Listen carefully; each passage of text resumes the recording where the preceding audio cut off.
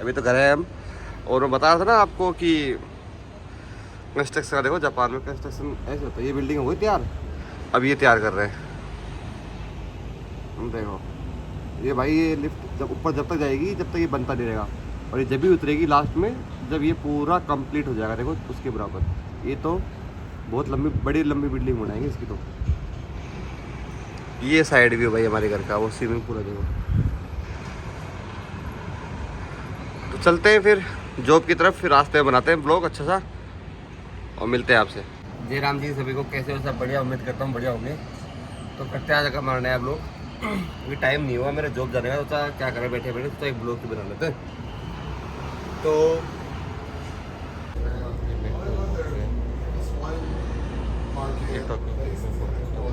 Job पे जा रहे हैं, ज़्यादा जोर से नहीं बोल सकते, बस बहुत लोग बैठे हैं।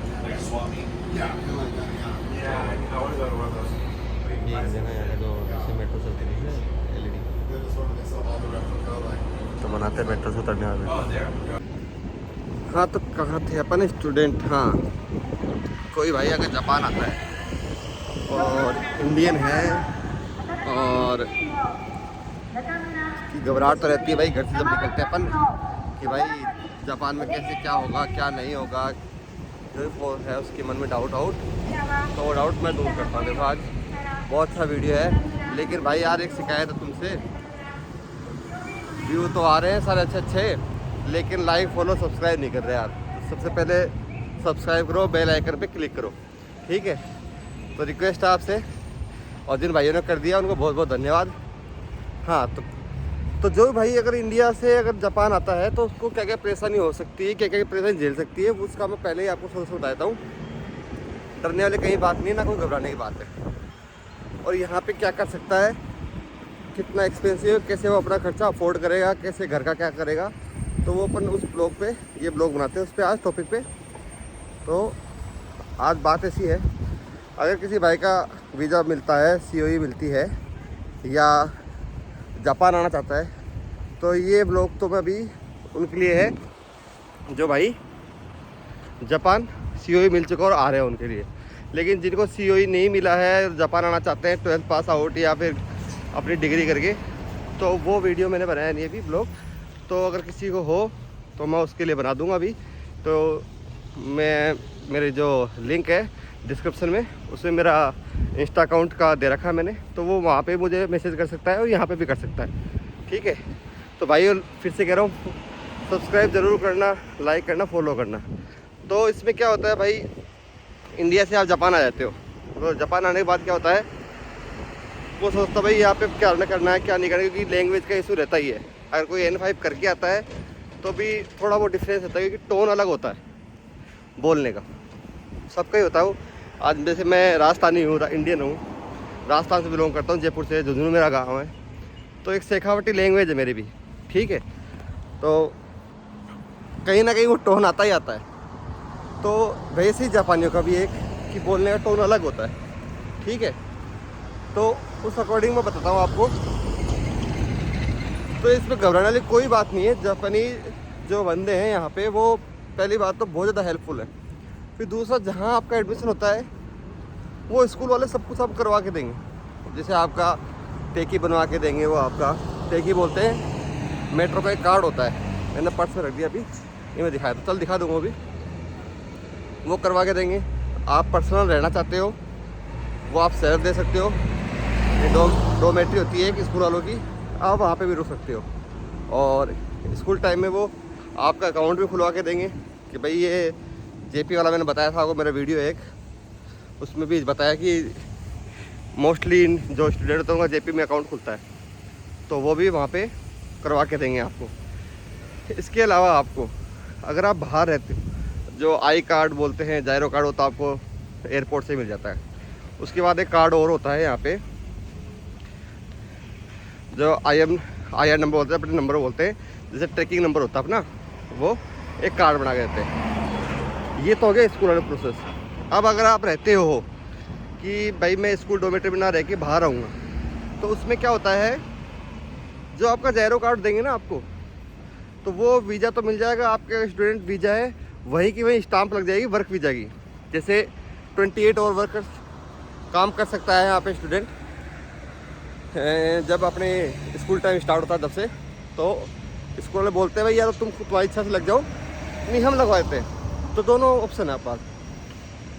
तीसरी चीज़ है कि वो 28 और वाला मैंने बताया ना आपको कि स्टाम्प लगाते हैं नहीं लगाते हैं क्या होता है, तो वो एयरपोर्ट पर लग जाता है। अब आती है बात, अगर आप बाहर रहते हो, भाई मेरे को डोमेट्री में नहीं रहना, मेरे को स्कूल से बाहर रहना है, ठीक है, तो उसमें क्या होता है, आपका जो ज़ायरो कार्ड मिलेगा, उस ज़ायरो कार्ड में सबसे पहले क्या करना, जैसे आप बाहर रहते हो तो यहाँ पे ऑफिस बने होते हैं हर एरिया। जैसे मैं मीनातोकू है वो रहता हूँ टोक्यो में, तो मेरा वहाँ पे है ऑफिस। तो वहाँ मैं गया रेजिडेंस प्रूफ के लिए, क्योंकि ज़ायरो कार्ड के पीछे रेजिडेंस प्रूफ होना चाहिए। तो रेजिडेंस प्रूफ के लिए वहाँ फॉर्म देते हैं कि भाई मैं यहाँ रहता हूँ और ये मेरे डॉक्यूमेंट्स है घर के, मेरे नाम से घर है, ये मैं किराया देता हूँ, ये उसका ओनर है, और मुझे यहाँ का रेजिडेंस वाला वो चाहिए एड्रेस प्रूफ। वो डॉक्यूमेंट बताएंगे आपको और उस पर आप फिलअप करके उनको सबमिट करा दो, तो इससे आपका वो ज़ायरो कार्ड के पीछे नाम लिखा हुआ आ जाएगा। तो पहली प्रोसेस तो आपकी ये हो गई, और ये करवाना ही करवाना सबसे पहली बात है। अब आती है दूसरी बात, जैसे आपका ये काम हो गया, उसके बाद आता है माई कार्ड, मतलब माई नंबर का जो बता रहा था ना मैं, जिससे ट्रैकिंग करते हैं, उसके बाद माई नंबर के लिए अप्लाई कर दो आप, माई नंबर भी आ जाएगा आपका। ये 2 काम हो गए आपके कंप्लीट। अकाउंट स्कूल वालों खुला देंगे, चाहे आप घर रहो, बाहर रहो या फिर स्कूल डोमेट्री में रहो। ये 3 काम तो आपके जापान में आते ही सबसे पहले ये करवाने हैं आपको। ये नहीं कराओगे परेशान हो जाओगे। ये गर्मी ज़्यादा हो गई यार, जून में पड़नी थी गर्मी और यहाँ पे अभी से पड़ने लग गई। कोई नहीं, तो फिर ये 2 चीज़ आपकी हो गई। अब आपकी जो 3 चीज़ हो गई, अब आती है बात कि सर्वाइव कैसे करें। क्योंकि यार आज हम भी आए हैं और भी आए हैं, बहुत लड़के हैं। अब घर से पैसे मंगा के फिर यहाँ जापान में स्टडी कोई कर लेता अफोर्ड, कोई नहीं करता है। देखो सब एक जैसे नहीं होते, तो जो कर लेता है वो तो देखो अच्छी बात है, पर जो नहीं करता है भाई उससे भी घबराने की जरूरत नहीं है बिल्कुल भी। उसको क्या करना है, जैसे 7 दिन अपनी स्कूल चला जाएगा अभी स्टार्टिंग के 7 डेज स्कूल होने के बाद में, या तो स्कूल वाले उसको प्रेफर करेंगे भाई आप पार्ट टाइम जॉब करना चाहते हो, वो मना करता है भाई मैं एग्री हूँ, तो या तो स्कूल वाले लगा देंगे। और आपको लगता है कि स्कूल वाले नहीं लगाएंगे, तो आई थिंक जो अभी आ रहा हो 1 साल में अगर कोई आता है बीच में, तो वो मुझसे कांटेक्ट कर सकता है। जहाँ मैं करता हूँ मैं मेरे साथ लगा लूँगा, तो ऐसी कोई टेंशन वाली बात नहीं है। और मेरे लायक जो भी हेल्प होगी, हाँ तो बता रहा था मैं, कोई भाई अगर 1 साल के अंदर अभी, मतलब जैसे रिसेंटली अभी आता है, क्योंकि मैं 1 साल तक ही पार्ट टाइम करूँगा, क्योंकि मुझे सीखना है अभी। मैं चाहता हूँ कि लैंग्वेज सीखूँ, और 1 साल बाद में भी वर्क वीज़ा मिल जाए मुझे, या फिर मैं मेरा खुद का कोई बिजनेस सेटअप डाल दूँगा। बट जब तक उसके बाद भी मैं हेल्प करूँगा, ऐसी कोई बात नहीं है। अगर जहाँ तक मेरे से होगा, कमिटमेंट तो नहीं करना चाहिए किसी से कि कोई भाई आ जाए और फिर वो उस टाइम जॉब हो नहीं हो। बट रिसेंटली अभी कमिटमेंट करता हूँ मैं, 1 साल के अंदर में आपका कोई आता है तो मैं जॉब लगवा सकता हूँ, तो ये तो कन्फर्म है, ठीक है। तो फिर बात करते हैं बस सेकेंड कि जॉब वाला पार्ट। ये तो क्या एक होता कि भाई हाँ रेफरेंस से जॉब हो जाती है, जहाँ मैं कर रहा हूँ उस कंपनी बोल दो भाई ये बंदा आ रहा है इंडियन, इसको काम मैं सिखा दूँगा। तो एक वो अपने ऊपर रहती है बात कि भाई हाँ मैं गारंटी लेता हूँ लड़का काम कर लिया सीख जाएगा, वो 28 हो जॉब आप वहाँ कर सकते हो। अब आप चाहते हो कि भाई बाय द वे कोई भाई अपने वो दम पे करना चाहता है, या किसी का सपोर्ट नहीं मिल पाता है, कोई डायरेक्ट आ गया हो वो भी, तो उसके लिए भी बताता हूँ। जापान आओ तो बहुत सारे ग्रुप होते हैं जापान के। जापान आते ही उस ग्रुप को आप क्या करना, सिलेक्ट करना और ज्वाइन करना। तो यहाँ पे सबसे मेनली बात ये है कि जो ग्रुप होते हैं उसी पे ही वो जॉब डिस्क्रिप्शन डाल देते हैं, भाई फलाना फलाना जॉब ये है, एक जॉब ये है, पैकिंग की ये है, जो एक वेयर हाउस की ये है, और जो अपने 7-11 होते हैं, फैमिली मार्ट, यहाँ पे नाम है स्टोर के, सुपा उपा जो भी है ना, एक वहाँ का होता है। तो आप उस ग्रुप को ज्वाइन करो। उसमें चाहे मैं तो ये कहूँगा कि जिस दिन जापान हो उस दिन सबसे पहले ये काम यही करना। ये गोल्फ एरिया है भाई, ये दिख रहा है ना पूरा, ये पूरा गोल्फ एरिया है। यहाँ गोल्फ वोल्फ खेलने आते हैं लोग बस, है ना। और ट्रक का मैंने बताया था सारे पैक रहते हैं, देखना एक भी ट्रक ऊपर नहीं मिलेगा सिर्फ कंस्ट्रक्शन लाइन के अलावा। वो देखो एक तो अच्छा है, ठीक है कोई नहीं। तो ये यहाँ पूरी लॉजिस्टिक कंपनी ने बता रखा मैंने आपको। तो उस ग्रुप से क्या फ़ायदा होगा भाई कि आप ना डायरेक्ट खुद भी सर्च कर सकते हैं। क्या पता जहाँ मैं जॉब कर रहा हूँ किसी भाई को अच्छी लगे नहीं लगे, बट हाँ ये फ़ायदा यहाँ पे जहाँ पे मैं कर रहा हूँ ये फ़ायदा है कि ये जॉब इतनी अच्छी है कि यहाँ पे लोग अच्छे हैं। जैपनीज़ नहीं आती वो आपको इशारों में समझ जाएंगे, और आपको रियल में बता रहा हूँ वो इशारे समझ में आ जाएंगे कि आपको ये कहना चाहता है कि आपको ये काम करो, जैसे मुझे समझाते हैं। ठीक है, तो मैं भी अभी सीख रहा हूँ और मुझे यहाँ 1.5 महीना हो गया कंटिन्यू करते हुए, तो मज़ा भी आता अब कि हाँ भाई आज छुट्टी है तो घर मन लगेगा, क्या करें अब। तो यहाँ मैं ये देखता हूँ भाई 28 ओवर में मैं फटाफट कब जाऊँ वहाँ पे। तो कुछ चीज़ें होती हैं जो अच्छी लगती हैं, है ना। अब बात करते हैं अपन पार्ट टाइम जॉब में कैसे क्या होता है, क्या करना पड़ता है।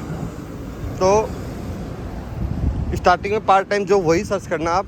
अगर किसी भाई को जैपनीज़ नहीं आती है तो इसमें ऑप्शन देते हैं कि जैपनीज़ नो, मतलब जैपनीज़ की रिक्वायरमेंट नहीं है, आप जैपनीज़ की रिक्वायरमेंट नहीं है और आप जो मतलब काम कर सकते हो। तो बहुत से कंपनी ऐसी हैं जिसमें 0% जैपनीज़ रिक्वायरमेंट होती है। आप जाओ 28 और अप्लाई करो, और जब तक करना जब तक आपका थोड़ा बहुत नहीं हो, मतलब जैपनीज़ नहीं आती हो, एटलीस्ट N5। आज जब कितना शांत है समुद्र, है ना। वो साइड जहाज दिख गए उस कोने पे सारे से।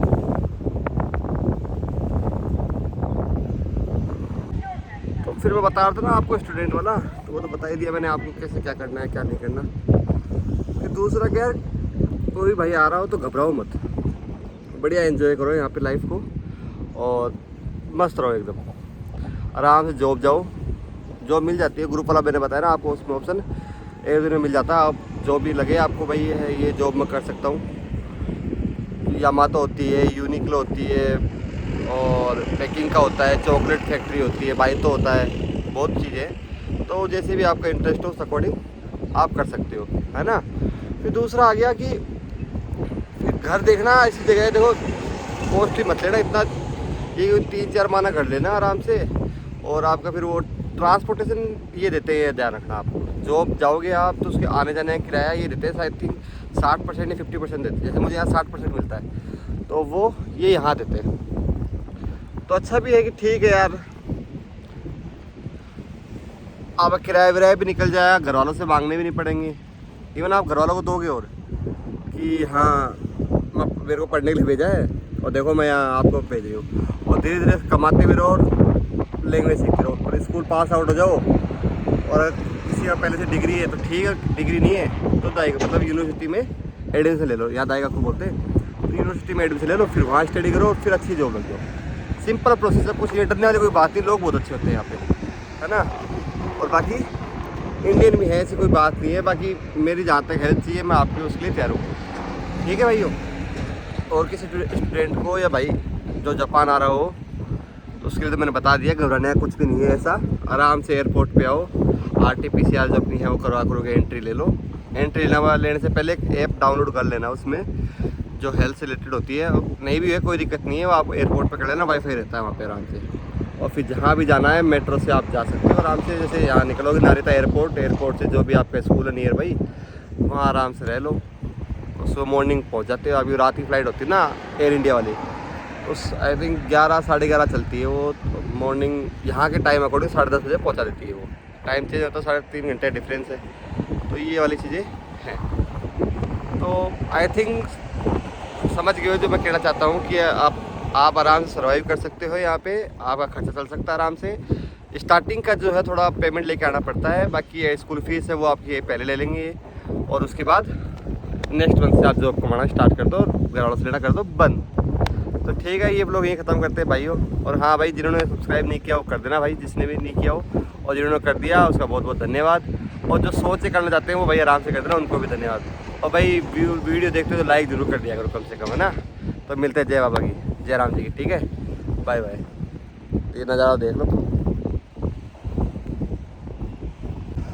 तो फिर जैसे जॉब लग जाती है तो आराम से माँ बाप को बुलाओ, उनको भी घुमाओ यहाँ पे, अच्छा लगता है फिर कि हाँ भाई बच्चा सेट हो गया, अब इनको घुमाना चाहिए। तो फिर आप उनका वीज़ा अप्लाई करो डिपेंडेंट पे कि भाई मैं मेरे पास बुला रहा हूँ, या टूरिस्ट बुलाओ, कैसे बुलाओ, जैसे भी है, आराम से उनको बुला के उनको घुमाओ, है ना। और भाई खाना बनाना तो ज़रूर सीख के आना, नॉनवेज नहीं खाते तो ये बहुत ज़्यादा प्रॉब्लम हो जाएगी, और जो खाते हैं उनके लिए तो भाई ये जन्नत है ना।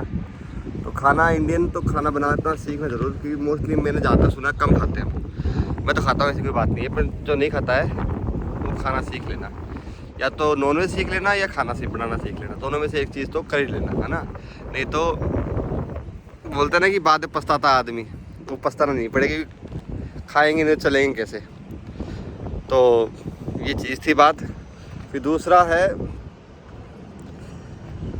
कि अगर आपको टूटी फूटी थोड़ा बहुत आपको जो काम चला वो बताया मैंने आपको, टूटी फूटी बोलोगे ना जैपनीज तो समझ आते हैं कि ये बच्चा कुछ कहना चाह रहा है, इसका मतलब ये है कि वकेब होती है, वकेब याद कर लो। और हाँ, पर N5 का वो जरूर करके आना, क्योंकि मैं सजेस्ट यही करूँगा कि N5 पहले आप इंडिया से करके आना, क्योंकि N5 इंडिया से करोगे तो बेटर रहेगा। उसके बाद N4 N5 दोबारा यहाँ करना, वो करवाएंगे ओबियसली, बट N5 वहाँ से करके और फिर यहाँ आना वो बेस्ट रहता है और अच्छा भी रहेगा वो। ये वाली बात थी भाई। तो ये तो नॉर्मल सी बात है कि N5 स्टार्टिंग है, तो वो क्योंकि ये यहाँ जब जैसे मैं जाता हूँ स्कूल तो उसका मैं ब्लॉग बनाऊँगा। अभी मेरा पहला ब्लॉग तो उस दिन एडमिशन का था, लेकिन अब जाने लग गया हूँ मैं, तो उसका बताऊँगा मैं कैसे क्या पढ़ाती है और कैसे मेरे ऊपर जाती है सारी बातें। ऊपर से तो जानी है ही, मैं जैपनीज पढ़ने जा रहा हूँ, मेरे को जैपनीज में पढ़ाती है, अब मतलब समझ नहीं आता। फिर वो मेरे को बोलती है दाई जो मतलब ओके आ रहा है आपको समझ में। मैं कहता हूँ भाई आ तो रहा है, ये पहुँच गया हूँ भाई मैं जॉब एरिया। मेरे ऑफिस कैंपस बहुत अच्छा है मेरा, कि वो है ना कि किस्मत से इतनी अच्छी जॉब मिल गई कि पूरा कैंपस एरिया है। ये नीचे का जो एरिया है ना, ये ट्रांसपोर्ट का है, ऊपर पैकिंग का है, और पैक होने ऊपर जाते हैं जो हमारे पास आते हैं चेकिंग का, कि उसमें नंबरिंग चेक करनी पड़ती है, कैसे क्या है क्या नहीं है, तो उस अकॉर्डिंग वो नंबर देते हैं और फिर सारा काम हो जाता है। तो ये वाली बात है, उसमें कुछ नहीं है, नॉर्मल नंबर हैं, बस ये गलती नहीं हो आपसे समस्या है। ये आपको दिखाई रखा है पार्किंग एरिया पूरा, ग्रीनरी देखो कितनी अच्छी है, मतलब डेकोरेटिव कर रखा पूरा। ये मूड नहीं जाए इनके लिए, देखो स्टैंड लगा रखे हैं लकड़ियों के, और इनके नीचे लाइट। इसका तो रात को दिखा दूंगा मैं, पूरा बनाऊंगा ब्लॉग जब। अभी तो देखो पहुंच गया हूँ, तो मिलते हैं नाइट को फिर आपसे, और ब्लॉग कंप्लीट करके फिर रात को अपलोड करता हूँ आज ये मैं, है ना। ओके भाई, तो ठीक है, ये ब्लॉग यहीं ख़त्म करते हैं भाइयों। और हाँ भाई, जिन्होंने सब्सक्राइब नहीं किया वो कर देना भाई, जिसने भी नहीं किया हो, और जिन्होंने कर दिया उसका बहुत बहुत धन्यवाद। और जो सोच से करना चाहते हैं वो भाई आराम से कर देना, उनको भी धन्यवाद। और भाई वीडियो देखते हो तो लाइक ज़रूर कर दिया करो कम से कम, है ना। तो मिलते हैं जय बाबा की, जय राम जी की, ठीक है, बाय बाय। ये नज़ारा देख लो।